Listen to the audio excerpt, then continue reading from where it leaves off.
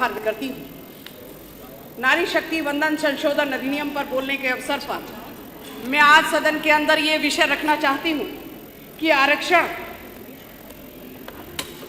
केवल अवसर देता है, सफलता तो व्यक्ति की मेहनत और क्षमता पर ही निर्भर करती है।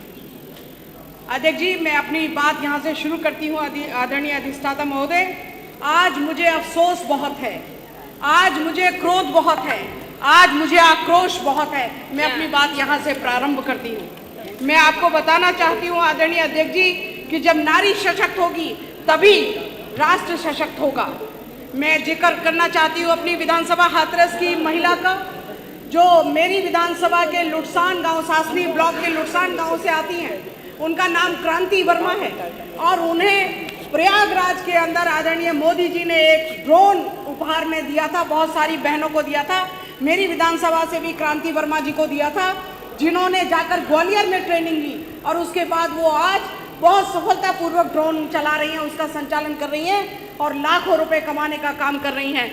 जो लोग बहुत देर में काम कर पाते हैं, वो क्रांति वर्मा जी मिनटों में एकड़ों जमीन पर कीटनाशक का छिड़काव करती हैं। इसलिए मैं कहना चाहती हूँ कि जब नारी सशक्त होगी तभी ये राष्ट्र सशक्त होगा। हमारे यहाँ तो आरक्षण के बिना ही मोदी जी ने एक दलित आदिवासी महिला को इस देश का राष्ट्रपति बना रखा है। और मैं ये भी बताना चाहती हूँ कि उत्तर प्रदेश में आदरणीय महामहिम राज्यपाल, जो भी एक महिला शक्ति का शानदार प्रतीक है, उनको भी राज्यपाल बनाकर सम्मान देने का काम किया है।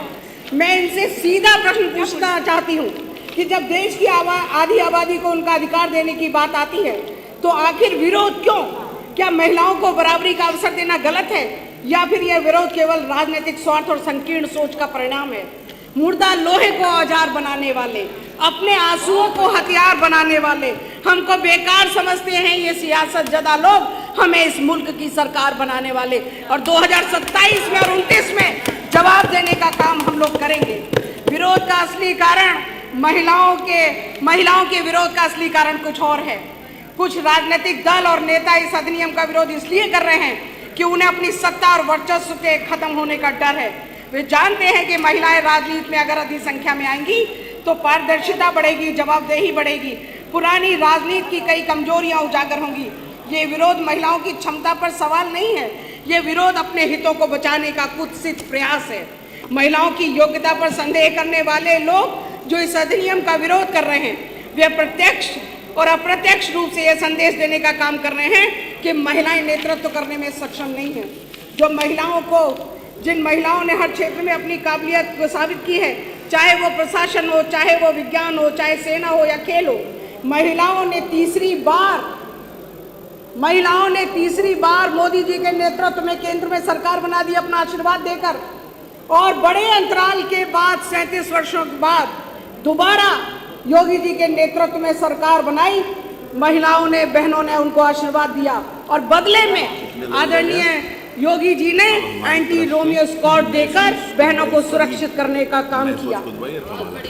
महिलाएं, और वो कहते हैं कि कोई उत्तर प्रदेश का व्यक्ति जो इस मानसिकता से काम करता हो, बहनों को छेड़ कर दिखाए, अगले चौराहे पर यमराज उसका इंतजार करते मिलेंगे। ये हमारे उत्तर प्रदेश के यशस्वी योगी जी ने कहा है।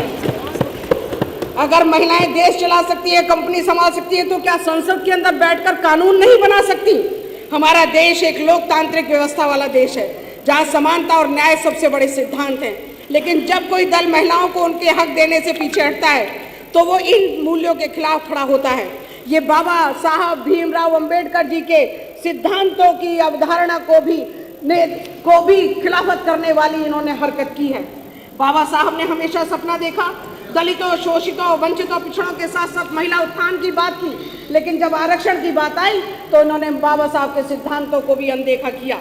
यह केवल एक विधेयक का विरोध नहीं है, ये महिलाओं की प्रगति, उनके अधिकार और उनके सम्मान का भी विरोध है। मैं समझती हूँ कि जब राजनीतिक दल इस तरीके के कानूनों का विरोध करते हैं तो समाज में भी गलत संदेश जाता है। लेकिन हमें ये समझना होगा कि ये नया भारत है। यहाँ महिलाएं चुप नहीं रहेंगी, वे आगे बढ़ेंगी, अपने अधिकारों को लेकर रहेंगी। भारतीय महिलाएं जागरूक हैं, वो समझती हैं कि कौन उनके हित में काम कर रहा है और कौन उनके साथ केवल राजनीति करने का काम कर रहा है। जो लोग इस अधिनियम का विरोध कर रहे हैं उन्हें यह समझना होगा कि वे समय के साथ नहीं चल रहे हैं। इतिहास गवाह है कि जो समाज परिवर्तन का विरोध करता है वो पीछे रह जाता है। और मुझे ये कहने में कोई गुरेज नहीं कि इन लोगों का काम, सपा बसपा कांग्रेस का काम लगातार विरोध करते रहना है।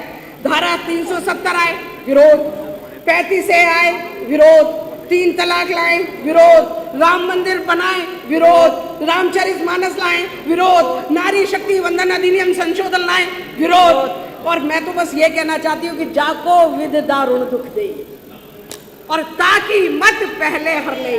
मैं तो कहती हूँ इनके नीति नियंता कौन है, इनको सलाह और सुझाव देने वाले कौन है? कहते हैं सचिव वैद्य गुर 3 ज्यों, प्रिय बोले भयास और राज धर्म तन 3 जो होए बेगही नाश। आने वाले 27 में और 29 में आपको देखने को ये सब मिलेगा।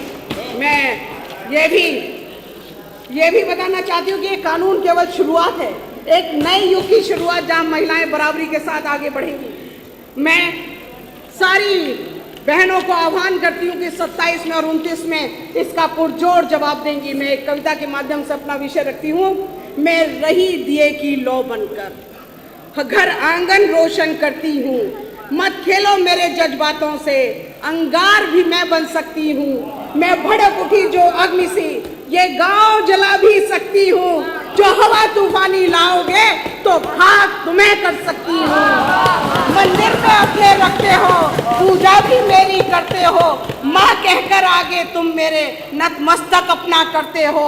हाँ मैं ही मैं सीता मैया हूँ, हाँ वही मैं राधा रानी हूँ, हाँ मैं वही रक्षा करने वाली माँ दुर्गा और भवानी हूँ। काली भी है अवतार मेरा, मैं रौद्र रूप धर सकती हूँ और याद रहे गर चाहूँ तो चंडी भी मैं बन सकती हूँ। हर माँ हर रूप में माँ स्वीकार है, जब मुझको भी स्वीकार करो, माँ से पहले मैं नारी हूँ, हर नारी का सम्मान करो। मैं 2 विषय और आपके सामने रखती हूँ कि हटा दो सब बाधाएं मेरे पथ की, मिटा दो सब आशंकाएं अपने मन की, जमाने को बदलने की शक्ति को समझो, कदम से कदम मिलाकर चलने तो दो मुझको। आज के मौके पर मैं एक छोटा सा विषय और आपके सामने रखती हूँ कि जब इन्हें याद होना चाहिए कि मायावती गेस्ट हाउस कांड क्या था, इन्हें याद होगा। दलित महिलाओं की शिकायतों की अनदेखी करना इन्हें याद होगा। सावित्री देवी हत्याकांड कैसे हुआ इन्हें याद होगा। मुजफ्फरनगर दंगे और महिला उत्पीड़न की घटनाएं इन्हें याद होंगी। अरुण वर्मा गैंगरेप और पीड़िता की हत्या इन्हें स्मरण होगी। और ये भी मैं बताना अपनी जिम्मेदारी समझती हूँ कि बदायूं सामूहिक दुष्कर्म और हत्याकांड भी इन्हें खूब अच्छे से याद होगा। बुलंदशहरी ईंट भट्टा हत्याकांड भी इन्हें अच्छी तरह याद होगा। गायत्री प्रजापति केस भी इन्हें खूब स्मरण में होगा।